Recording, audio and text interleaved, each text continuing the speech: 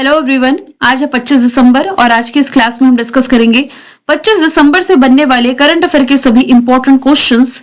Previous class में हमने देखा था 2025 की पहली सैफ महिला क्लब चैंपियनशिप जीती है ईस्ट बंगाल एफसी ने। राष्ट्रीय किसान दिवस मनाया गया 23 दिसंबर को। भारत नीदरलैंड के बीच अभी हाल ही में एमओयू हुआ है जिसके तहत एक समिति की स्थापना की जाएगी जिसका नाम होगा भारत नीदरलैंड संयुक्त व्यापार और निवेश समिति। देहरादून में स्थित है भारतीय सैन्य अकादमी। इससे ग्रेजुएट होने वाली पहली महिला अधिकारी बनी साई जाधव। नकली नोटों से सुरक्षा बढ़ाने के लिए अभी हाल ही में ओमान ने अपना पहला पॉलीमर बैंक नोट लॉन्च किया।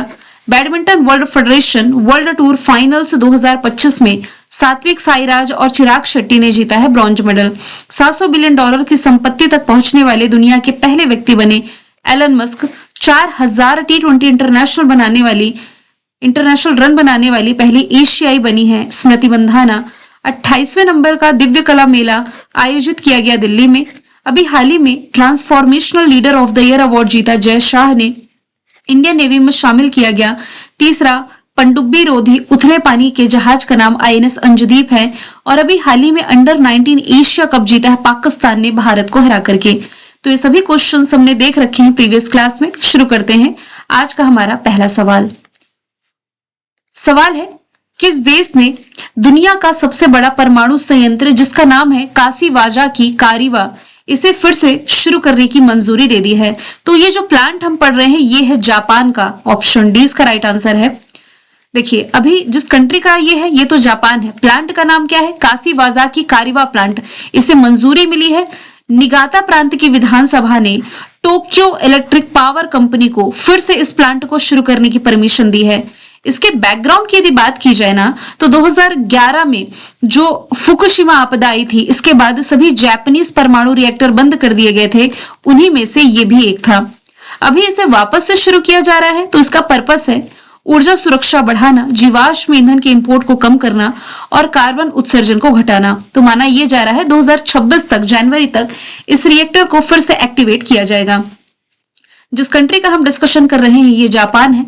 जापान में मुख्यतः 4 द्वीप आप पढ़ते हैं। कौन कौन से? होन्शु, क्यूशु, शिकोकू और हकाइडो। अक्सर एग्जाम में पूछा जाता है ना कि जापान की कैपिटल जो है टोक्यो ये किस द्वीप पर है? तो ये होन्शु द्वीप पर है। करेंसी इसकी येन है। प्रधानमंत्री शाने ताकाइची रिसेंटली बनी और ये जापान की पहली महिला प्रधानमंत्री बनी। कुछ समय पहले यहाँ के प्रधानमंत्री शिगेरू इज़ुबा ने पद से इस्तीफा दिया था। माउंट सिनमोए ज्वालामुखी हमने करंट अफेयर में पढ़ा है। अभी हाल ही में यहाँ के जो प्रसिद्ध मुक्केबाज थे हिरोमोशा उकारावा इनका निधन हुआ। यहाँ की स्पेस एजेंसी का नाम जैक्सा है जिसने दुनिया का पहला लकड़ी का सैटेलाइट लिग्नोसैट प्रोब लॉन्च किया। भारत ये जापान को पीछे छोड़ते हुए दुनिया की चौथी सबसे बड़ी अर्थव्यवस्था वाला देश बना। 6G डिवाइस लॉन्च करने वाला ये दुनिया का पहला देश है। भारत जापान के बीच सैन्य अभ्यास में धर्म गार्जियन, वीर गार्जियन, शिन्यू मैत्री और जिमेक्स आप रिलेट कर सकते हैं। इंडियन कोस्ट गार्ड और जापानीज कोस्ट गार्ड के बीच में जामाता एक्सरसाइज का आयोजन किया गया जिसका मतलब होता है जापानीज भाषा में बाद में मिलते हैं। दूसरे नंबर का सवाल है महात्मा गांधी के सम्मान में किस राज्य सरकार ने अपनी फ्लैगशिप 100 दिन की जो योजना थी कर्मश्री इसका नाम बदल करके कर दिया महात्मा श्री। तो ये आंसर हो जाएगा पश्चिम बंगाल। अभी हाल ही में ना पश्चिम बंगाल गवर्नमेंट ये सेंट्रल गवर्नमेंट से थोड़ी नाराज दिख रही है। क्यों? क्योंकि आपको मालूम होगा सेंट्रल गवर्नमेंट की जो स्कीम थी मनरेगा स्कीम जो कि महात्मा गांधी के नाम पर थी इसका नाम बदल करके VBG रामजी स्कीम किया गया। तो भाई ममता बनर्जी सरकार का कहना है कि महात्मा गांधी हमारे रोल मॉडल रहे हैं, इनके नाम से जब स्कीम रही तो इसका नाम बदला क्यों गया? तो इन्होंने भी थोड़ी टशन दिखाते हुए यहाँ की जो स्कीम थी कर्मश्री इसका नाम बदल करके ये कर दिया है महात्मा श्री। पश्चिम बंगाल का डिस्कशन काफी समय के बाद आया है। तो यहाँ पर ये जो महात्मा श्री स्कीम होगी जो 75 दिन का रोजगार देती थी या काम उपलब्ध कराती थी, अब भविष्य में इस योजना के तहत कार्य दिवस की संख्या यानी कि वर्किंग डेज की संख्या 100 की जाएगी। इसकी राजधानी कोलकाता हुगली नदी के किनारे बसा हुआ है जहां देश की पहली अंडर वाटर मेट्रो ये लॉन्च की गई। इसके अलावा भी हाल ही में अर्जेंटीना के star footballer Lionel Messi Bharat के दौरे पर थे और लियोनल मेसी की दुनिया की सबसे बड़ी स्टेच्यू ये कोलकाता में उद्घाटन किया गया। 70 फीट ऊंची लोहे की प्रतिमा है। मुख्यमंत्री ममता बनर्जी, राज्यपाल CV आनंद बोस है। नेशनल पार्क में बक्सा, गौरुमारा, जल्दापारा और सिंगलीला है। करंट अफेयर में हमने देखा कि ममता बनर्जी ने अगस्त के महीने में श्रम श्री योजना लॉन्च करी। लास्ट ईयर की संतोष ट्रॉफी पश्चिम बंगाल ने जीती। कालीघाट स्काई वॉक का उद्घाटन किया गया। नोलन गुरल संदेर और 6 अन्य प्रोडक्ट्स को जीआई टैग मिला। सौरभ गांगुली पश्चिम बंगाल के ब्रांड एम्बेसडर बने। लास्ट ईयर ना यहाँ पर 5 नए पॉक्सो फास्ट ट्रैक कोर्ट स्थापित किए गए और सितंबर 2024 में यानी लास्ट ईयर पश्चिम बंगाल विधानसभा में एंटी रेप बिल पास हुआ। अब देखिए 2024 के भी यहाँ से करंट अफेयर मैंने ऐड किए हैं। वैसे दिसंबर 2025 खत्म होने को है, तो अब ये चीजों को मैं अपडेट करूंगी। 2024 के करंट अफेयर अब इस स्लाइड में नहीं होंगे। अगला सवाल है, खेलो इंडिया ट्राइबल गेम्स 2026 का आयोजन किस राज्य में किया जाएगा? तो नेक्स्ट ईयर इसे होस्ट करने जा रहा है छत्तीसगढ़। ऑप्शन ए इसका राइट आंसर हो जाएगा। अब आप लोग कंफ्यूज हो रहे होंगे कि भाई क्या क्या याद रखें, खेलो इंडिया यूथ गेम्स, खेलो इंडिया यूनिवर्सिटी गेम्स, खेलो इंडिया पैरा गेम्स, खेलो इंडिया बीच गेम्स, खेलो इंडिया विंटर गेम्स। अब ये ट्राइबल गेम्स भी याद करना पड़ेगा। तो देखिए मैं आपको इजी लैंग्वेज में समझा दूंगी ताकि आपको याद हो जाए। फिलहाल इस क्वेश्चन का एक्सप्लेनेशन देख लेते हैं। फरवरी के महीने में छत्तीसगढ़ में बिलासपुर, रायपुर और बस्तर वाले क्षेत्र में खेलो इंडिया ट्राइबल गेम्स का आयोजन किया जाएगा और इसका पर्पस है जनजाति समुदायों की पारंपरिक खेल प्रतिभाओं को राष्ट्रीय मंच प्रदान करना। शुभंकर इंपॉर्टेंट है जो कि हो जाएगा मोरवीर। अब देखिए छत्तीसगढ़ के इफेक्ट यदि आप देखें तो राजधानी रायपुर, मुख्यमंत्री विष्णुदेव साय, राज्यपाल रमन डेका है।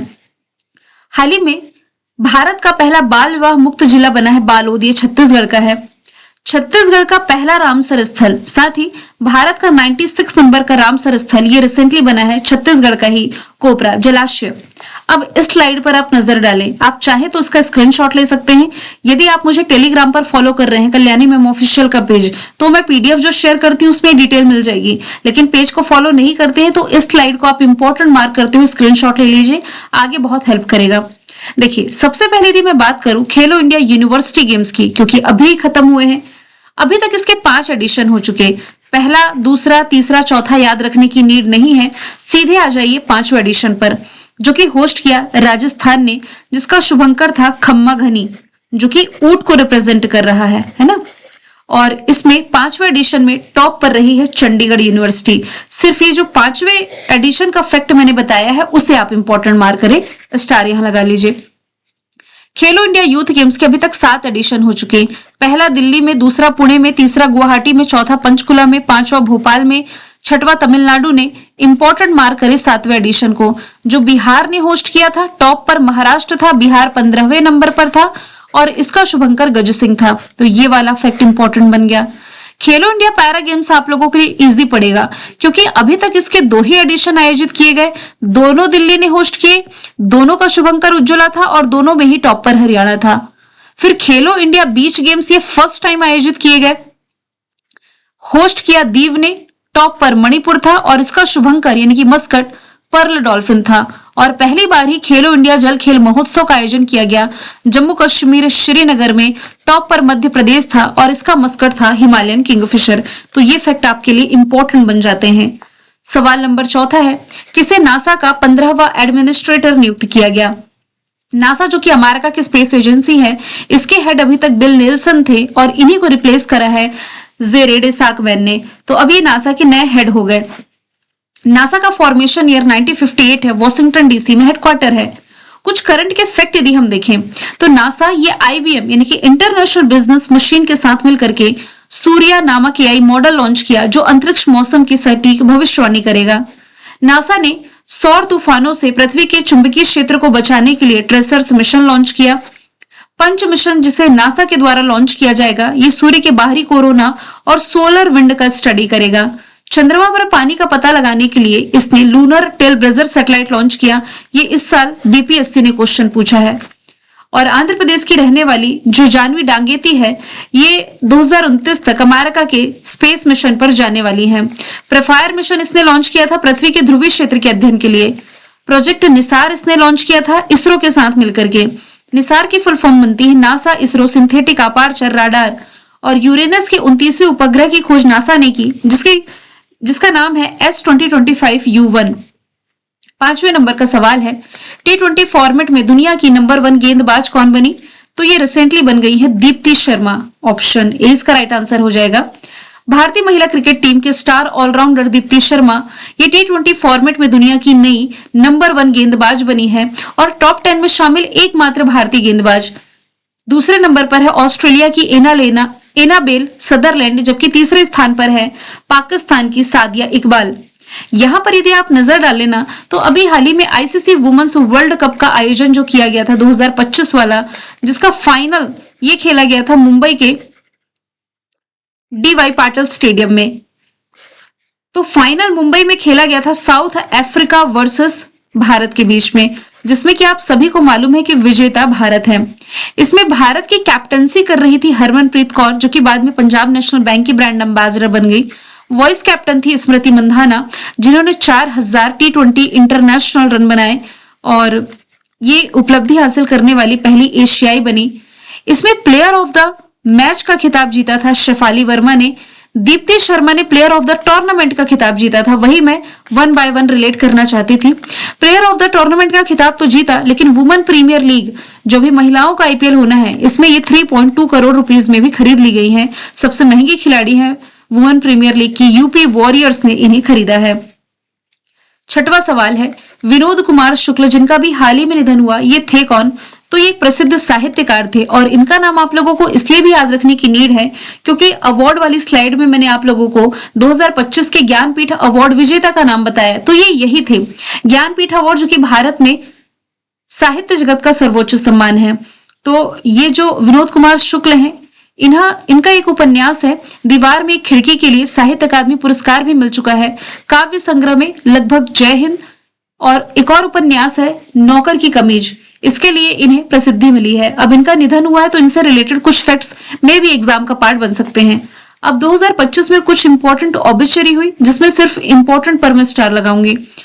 जापान वाली स्लाइड में ये वाला फैक्ट तो हम देख चुके। मेघनाथ देसाई जो अर्थशास्त्री थे, झारखंड के पूर्व मुख्यमंत्री शिबू सोरेन और गुजरात के पूर्व मुख्यमंत्री विजय रूपाणी का निधन हुआ। नागालैंड के राज्यपाल ला गणेशन, सऊदी अरब के स्लीपिंग प्रिंस, दुनिया के सबसे अच्छे जज के रूप में प्रसिद्ध फ्रैंक क्रेप्रियो का निधन हुआ, ये अमेरिका से थे। अभिनेता धर्मेंद्र प्रधान का निधन, असमिया गायक जुबीन गर्ग का निधन। अच्छा, ये सिंगापुर में इनकी डेथ हुई थी ना, कहां पर? सेंट जोनस द्वीप पर। तो सिंगापुर गवर्नमेंट ने उस सेंट जोनस द्वीप का नाम बदल करके जुबीन गर्ग के नाम पर कर दिया। पंकज धीर गोवर्धन असरानी जो एक्टर थे, इनका निधन हुआ। पंडित छन्नू लाल मिश्र का नाम भी आप रिलेट कर सकते हैं, और लतिका कट्ट जो प्रसिद्ध मूर्तिकार थी। सवाल 7वां है, किस शहर में पंचायती राज और जनजातीय मामलों के मंत्रालय के द्वारा पेसा महोत्सव आयोजित किया जाएगा? एक्चुअल में आयोजित हो चुका है। कहां पर? तो ये आंध्र प्रदेश के विशाखापट्टनम में कल और परसों यानी कि 23 और 24 दिसंबर को आयोजित किया गया। पेसा अधिनियम के बारे में जागरूकता बढ़ाने के लिए और जनजातीय सुशासन का जश्न मनाने के लिए यह आयोजित किया जाता है। अब यहाँ पर जो टर्म लिखा हुआ है पेसा एक्ट 1996, ये है क्या? पेसा की फुल फॉर्म बनती है panchayat extension to the schedule areas act 1996। इसके तहत क्या होता है कि भारत में जो आदिवासी क्षेत्र है, या इसे ही आप कह सकते हैं जनजातीय क्षेत्रों के सुशासन को सशक्त बनाने के लिए ये कानून बनाया गया था, जो ग्राम सभाओं में उनके जल हो गया, जंगल हो गया, जमीन या रिसोर्सेस पर इन्हें कंट्रोल दे देता है। अब विशाखापट्टनम ने होस्ट किया, तो यहां से आप ये भी रिलेट करें कि इस साल का इंटरनेशनल योगा डे की भी मेजबानी विशाखापट्टनम ने ही करी थी। सूरत ये गुजरात का शहर है, ताप्ती नदी के किनारे बसा हुआ है, जहां दुनिया की सबसे बड़ी ऑफिस बिल्डिंग का उद्घाटन प्रधानमंत्री नरेंद्र मोदी जी ने किया था। वैसे भारत में सबसे बड़ी सरकारी बिल्डिंग जो है कर्तव्य भवन दिल्ली में है। पटना में बापू टावर का उद्घाटन किया गया, 6 मंजिला तांबे का ये टावर है। भोपाल ये मध्य प्रदेश की कैपिटल है, जहां पर TDS समिट रिसेंटली आयोजित किया गया था। 8वां सवाल है, किस IIT ने दुनिया की पहली AI लैब असिस्टेंट प्रणाली विकसित करी है? तो अभी हाल ही में IIT दिल्ली के शोधकर्ताओं के द्वारा दुनिया की पहली AI लैब असिस्टेंट बनाई गई। अब देखिए AI का मतलब क्या हुआ? आर्टिफिशियल इंटेलिजेंस, हिंदी में कहें तो कृत्रिम बुद्धिमत्ता।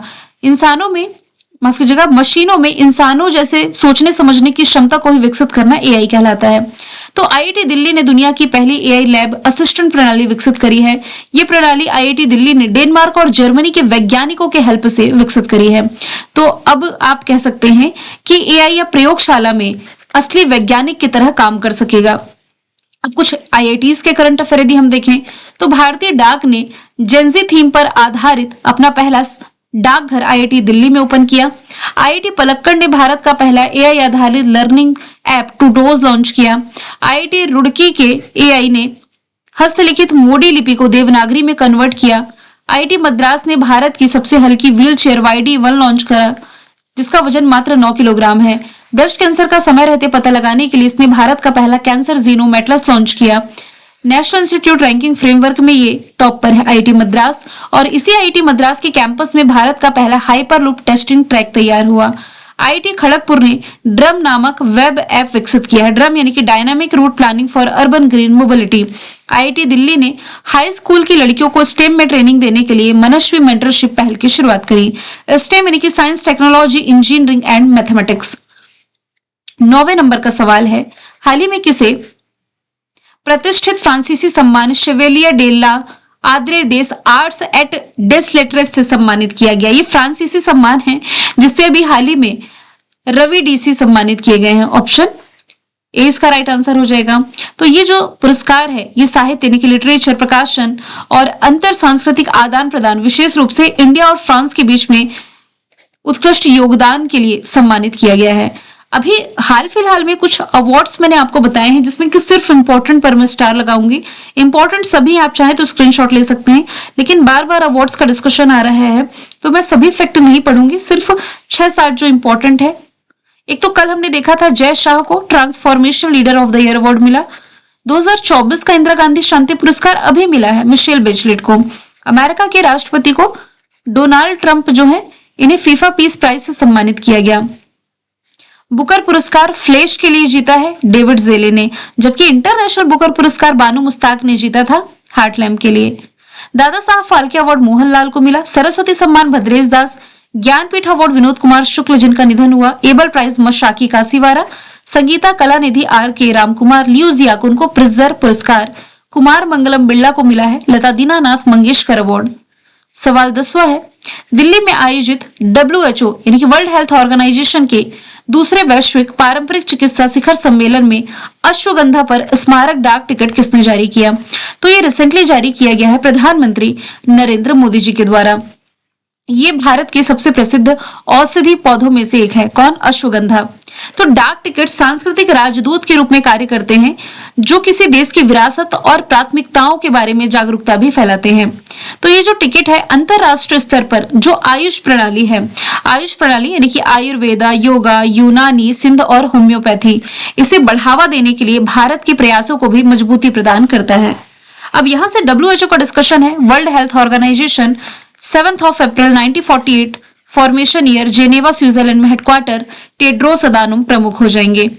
सवाल नंबर 11वां है, हाल ही में विदेश मंत्री एस जयशंकर ने किस देश में 120 फुट लंबे दोहरे लेन यानी कि डबल लाइन वाले बेली ब्रिज का उद्घाटन किया?